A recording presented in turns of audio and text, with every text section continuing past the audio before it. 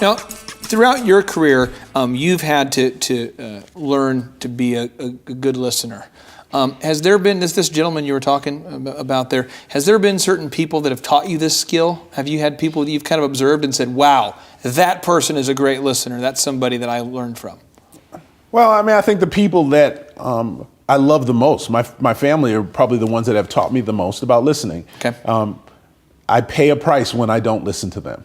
And it's not fun. It can be discord in a relationship, or it can be rebellion. I mean, it can be anything. So there's a heavy price to be paid when you ignore someone who is important to you and to your group, to your organization. And I just think that that's a valuable lesson that you can learn the hard way, or you can learn through either mentorship, or you can learn just by listening and saying, hey, okay, I'm going to try that. I'm going to sit down. I'm going to hear what they have to say. And even sometimes, even if I don't agree with it, I'm going to go ahead and go along with it, just to see, just to show them that they're important to me.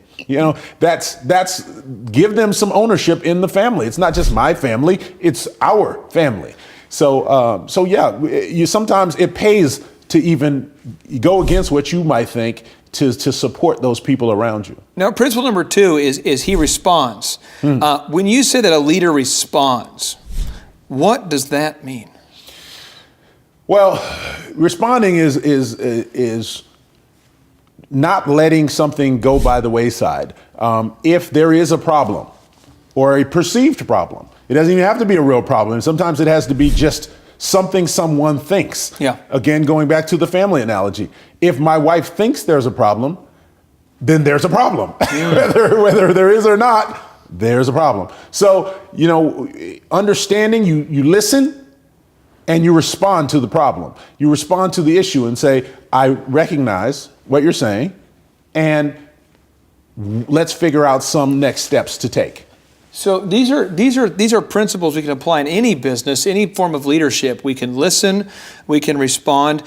Can you give an example of how maybe if you've had some great leaders in your life? I mean, you had a chance to play on the dream team there with Coach Daly. I know you've had some great leadership at the Naval Academy. You've had great leadership on the NBA level. Right. Can you think of a good example of one of the leaders that you've seen who responded really well? I mean, who was absolutely dynamite when it came to responding to things he heard?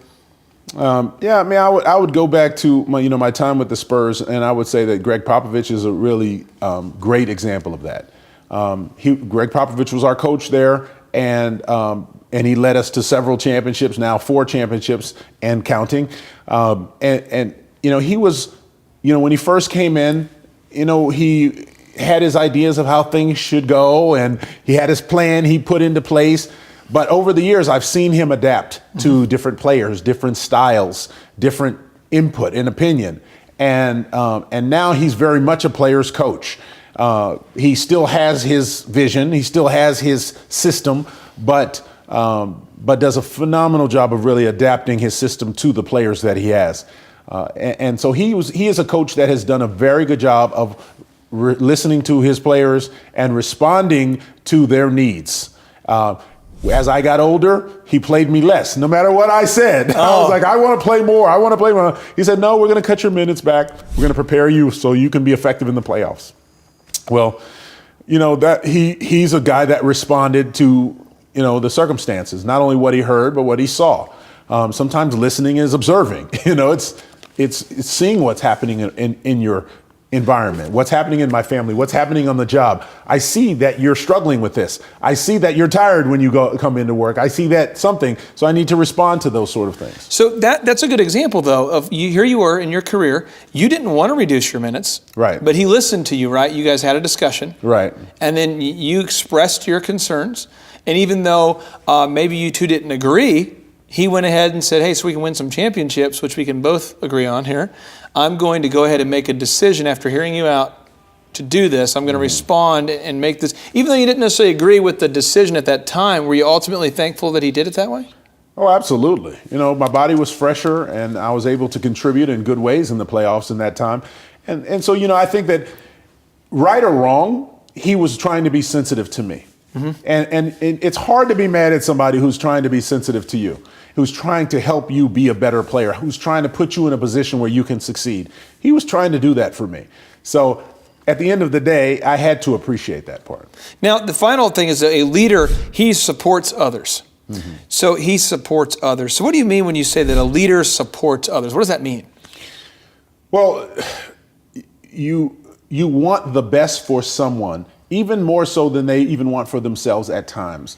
And the best example for that would probably be the father-son relationship or the father-child relationship. Sometimes you restrict or you will limit or you will do something for your children because it's in their best interest. You want something better for them than they even want for themselves. They want to go out, they want to have a good time, they want to do this and they want to do that, and you say, no, I'm going to make sure that you stay home and study this time.